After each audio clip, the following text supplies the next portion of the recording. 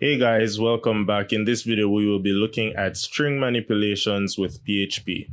Now, as usual, the first thing we do is to create a link in our index page that will speak to our string manipulation. So I'm just going to duplicate that and I'm just call it stringmanip.php and just rename all this text.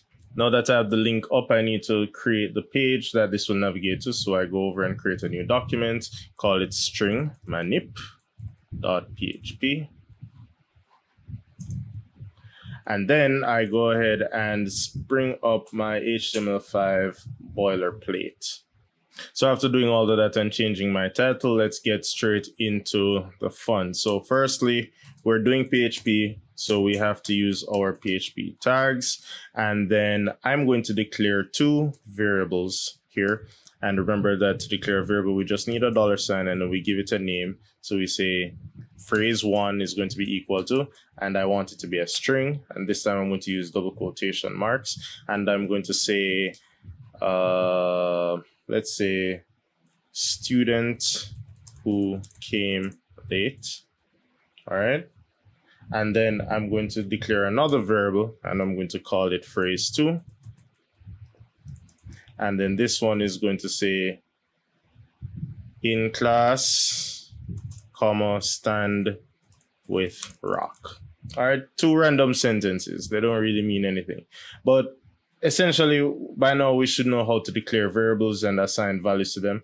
And we know how to echo variables to our screen. So if I wanted to print out what is being expressed by these phrases, I can just say echo phrase1. All right. And then that would actually just print that statement here, phrase1 to the screen. And likewise, I can echo phrase2.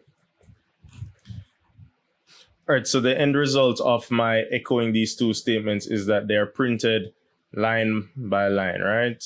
Students who came in, well, who came late, and then you notice late and in are kind of joined because there's no space, because the strings were kind of, well, I didn't put a space in either one. I should have either put a space here or a space here for the echo statements to do that. But you notice once again that they printed out in one line, and we already ventilated that it's best to print the tag that they should be printed in. But today we just want to look at string manipulation. So I'll just keep it rather simple for now. All right. So the first thing I want to bring across is a thing called concatenation, which is actually the joining of two strings.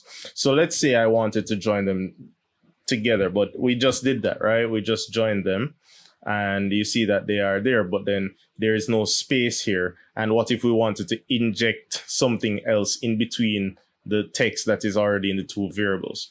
So concatenation actually allows us to put blocks of string together, whether it's a string variable or it is a static string, meaning I am declaring, just opening quotation marks and typing strings. If I want to put them together, we call that concatenation. And in PHP, we use a full stop to concatenate. So if I say echo phrase1 dot and then phrase2, then I get the same net effect when I refresh. I just changed the code and I'm just refreshing the page and you see that it's the same text. All right. But then if I need a space, I'm not going to modify these two. I don't know if these two should or should not have a space. I'm not going to put one there, but I know I want it printed with a space in between. So what I'm going to do is say dot, and then I'm going to open quotation marks and then put in my own static string, which in this case can be a space. And then I use another dot. So each time I use a dot, I'm actually joining a string to another string. So in other words, I'm joining the string that is in phrase1, which is student who came in late. And then I'm joining that onto a string that I only put a space in. And then I'm joining all of this further onto another bit of string which is found in phrase2. So when I refresh this, I will see it printed with that space. All right. So by extension, if I wanted to add more to that sentence, student who came late, And then what if I wanted to specify, and then I said maybe comma, and then I said named, then I said named Tiffany, comma. All right. So what this is going to do is say join on phrase 1, which is student who came late, and then join on the comma named Tiffany, and then comma. So everything inside of the static string will be joined onto this, to the right of this, and to the left of this. So when I refresh that sentence, then it should include all of that, right? And then you notice I don't have a space here, so I can just go back and edit that string and say comma space Tiffany, all right? And then when I refresh, everything looks like at least a fairly properly formed statement.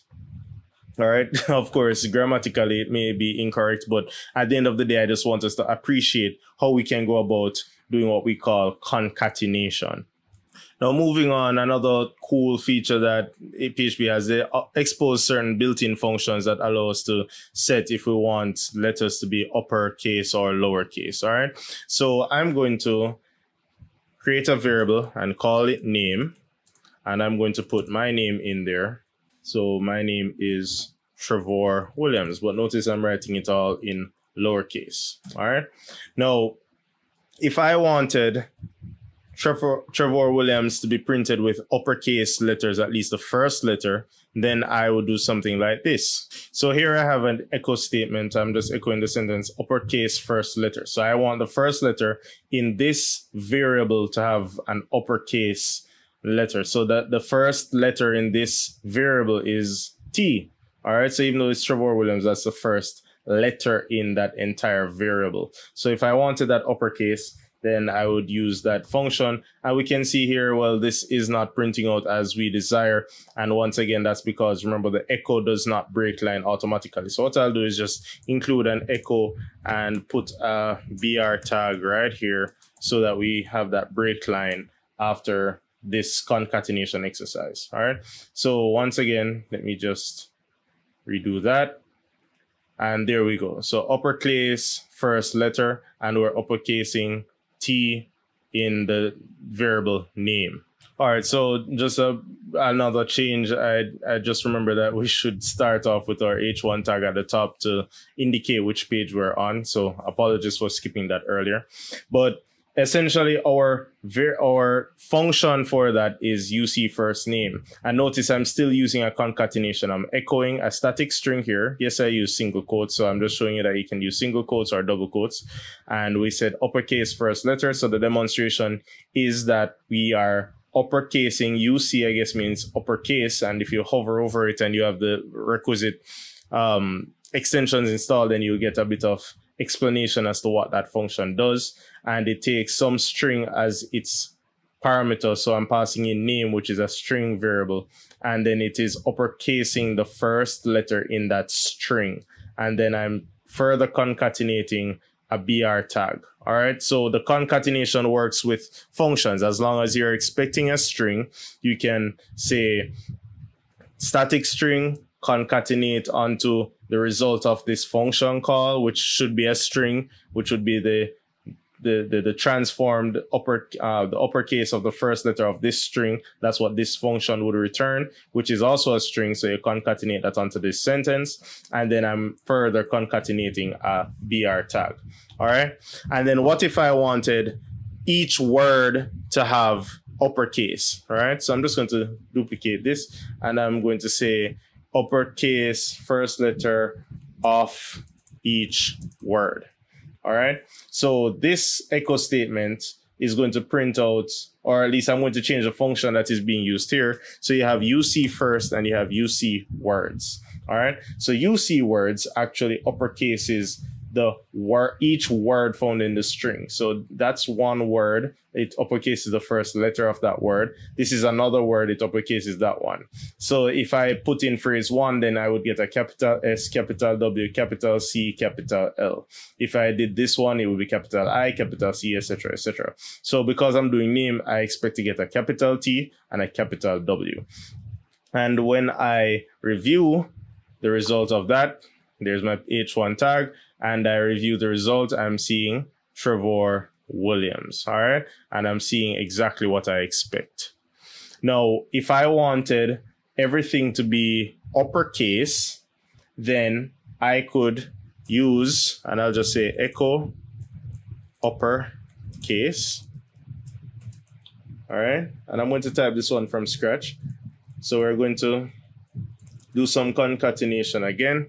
So I'm uppercase, and then I'm going to concatenate onto the result of the new function that we're going to be looking at named str upper. str to upper rather. So I'm going to say str to, and I'm getting a bit of help here from Visual Studio Code. And then the function is str to upper, and they're showing me to the right what parameters I need to pass in, which would be a string. So I can pass in a variable that has a string, as we've seen here, right? So if I pass the name, then the expectation is that everything will be uppercase. So I'm going to pass in name, and we'll just test that theory. And I'll just concatenate a BR tag at the end to make sure that we get a break line afterwards. And when I refresh this, then Trevor Williams is printed in uppercase. All right. So these are some useful little functions that are there. All right. And then in the same way that I have to upper, I have to lower. So I'm just going to duplicate this line, and I'm going to say lowercase. And then this function would be str to lower, all right? And since all of my text is already in lowercase, I'm going to show you that you can pass in a variable, or you can just write the string that you wish to enter. So I'm just going to replace the variable with an uppercase sentence. So this is all upper, or rather this was all uppercase, all right? So the expectation is that once we pass any bit of text into the function str to lower, that it will become lowercase text. All right. So once I refresh, then we see I wrote it in as all uppercase. So I'm sure you can appreciate if I echoed it like this, then it would all come out in all caps. And I passed all these capital letters into the function str to lower, which effectively converted everything into lowercase. All right, so for some further distinction between our sections, I'm going to put in some HR tags. But then remember, you can't just put in the HR tag by itself once you're inside of a PHP tag. You actually have to echo this to screen. So if I want a tag, I simply echo. So I'm just going to echo this HR tag between the concatenation section and the case transformation section. All right, and then we'll be moving on to some other little features that help us to repeat. So the first one that we'll be looking at is one that helps us to repeat a string. So I'll say echo and repeat string, and then I'm going to concatenate onto a function called str underscore repeat.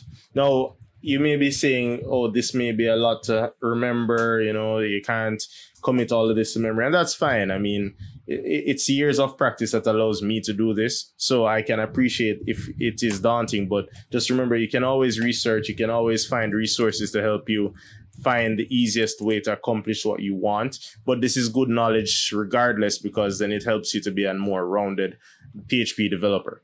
All right, so I'm going to print repeat string, and I'm concatenating that static text onto the result of whatever this function is going to return to me, because that's a value returning function essentially. If you haven't done functions, that's fine, but this is going to return a value, and that value is what will be printed. It will be concatenated into this statement. All right, and then I'm going to concatenate a BR tag. All right, so str repeat actually helps us to set one value, whether it's a variable, whatever it is that you want to repeat, and how many times you want to repeat it. So let's say I wanted to print name or my name 10 times. All right, well, let's start simple. I wanted to repeat the letter A 10 times. So the first parameter in str repeat is A. or the string that you wish to repeat. All right, so when you get into functions, you start talking about parameters and values and the value types that need to be passed in. So the first one is a string. It has to be a string because this is a string manipulation function. And we pass that in by just, making reference to the value. And then we say comma and the number of times that we wish to have it multiplied. So you see, I'm getting some help here from Visual Studio Code where it's saying, okay, the first variable needed to be string, check. And then the next one needs to be an integer or a number, which would determine how many times I repeat, which means I can't put another string there or else it will break.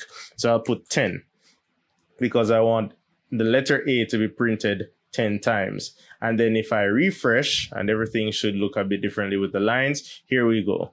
Repeat string, and we have A occurring 10 times. If I change that string to be repeated, once again, I could put in a variable. So I could put in the variable name. And there you have my name being printed 10 times across the page. And I'll extend this a bit more. What if I wanted, let's go back to the letter A. So I'm just going to undo and go back to A. What if I wanted A to be printed in all caps? I wrote it as a static common case, but I want it in all caps. Of course, we could just do that, but I mean, let's face it, that's a bit too easy. So, and not that it needs to be difficult, but I'm just trying to show you something that you could actually nest all of this inside of another function. So I could say str to upper, and then I'm passing in all of this. So let me break that down for you. I'm saying str to upper, which we looked at before, which takes a string as its parameter. And then as its parameter, I'm passing in this other function call, which returns a string. And the string it's returning is the letter A 10 times. So it's returning the common letter A 10 times, and that's going to come back as a string. And then what we're doing is calling str to upper on top of that string that is being returned. So in other words, and I really should have duplicated this, so I shouldn't have erased it. So I'm just duplicating it so that we can see them side by side, or at least, on the same screen. So str repeat is printing 10 lowercase a's. Now I'm putting those 10 lowercase a's inside of another function called str to upper, which should capitalize everything in that. So when I refresh this screen, then I get the first one, which is all lowercase a's, and then I get the next one, which is all uppercase a's. All right, so you can actually nest functions. That's what you call nesting, and combine them to get your desired result. All right, let's move on to some more fun stuff. So there is another function here called substring that allows us to get a portion of a string. All right, so I just typed that out quickly, and this is the form of the substring function. So it's really sub-str, and what it does is take a string variable, anything, a string value. So whether you stored it in a variable or you're typing in the value manually, and it says from what starting point to what ending point do you want me to extract. So in other words, Trevor Williams, between the two words, this has 7 letters and this has 8. All right. What this sub-str function is saying is that start from the 5th letter. So the 5th letter here is the O, and get me up to the 10th letter. All right. No, let me retract that. It says starting at this character, get me this many characters afterwards. That's what it's really saying. All right. So in other words, start at the 5th character, which in this case would be 1, 2, 3, 4, 5. So the O is your starting point, and it really means start for 10 characters after the 5th character. All right. So 5 means give me everything after the 5th character, and then this number is as many as 10, and spaces do count. So don't think that the space is exempted. All right. So it would be 10 spaces from here. All right. So without counting that, I'll actually just run the code and we see what happens. So we'll just go over here, refresh, and there we go. So you started at the O, and that's the 5th, and then it goes on and it's getting 10 characters in the string from starting from the 5th one. So if I adjust this and I said maybe 3, I want to start from the 3rd character and get 5 characters afterwards, then that whole dynamic would change, and I'm just getting the end of my name, which is var, and the space actually. All right, so that's 1, 2, 3, 4, and the space makes 5 characters. Okay, so that space, bear in mind that the space is important. All right, so I just added a bunch more functions here, and we can just go through them because I think we have the general idea. Each function does something differently, and you know, it allows you to be creative and to explore the code. So I'll just push through with all of them. So we have another one here that says get position of string, meaning you use strpos, that's the name of the function, and you pass in the string and you say what character or character sequence you'd like to find the position of in the string.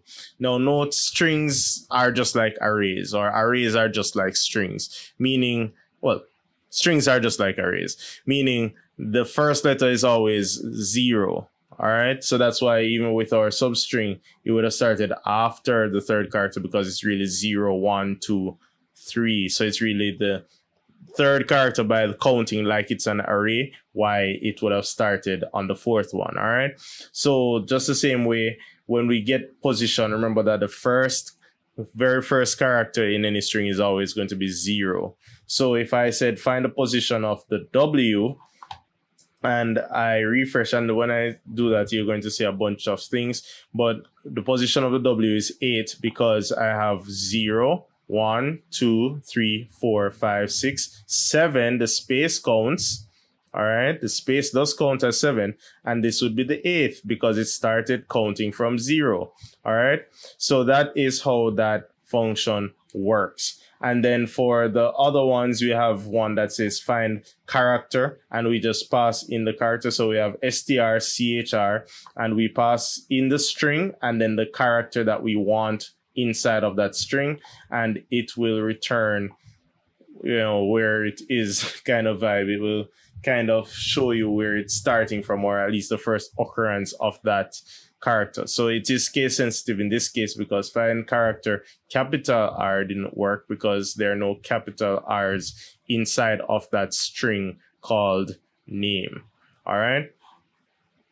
All right. So adding some more functions to this, we will now look at how we find the length of a string. So the length of a string would be found by strlen, which will just return how long the string is. If you want to know how many characters, or well, how long a string is, how long a word is, how long a sentence is, how many characters are in that contiguous block of text. So when I refresh this, we'll first look at strlen, and the length of the string of my name is 16. So we're finding the length of the variable name.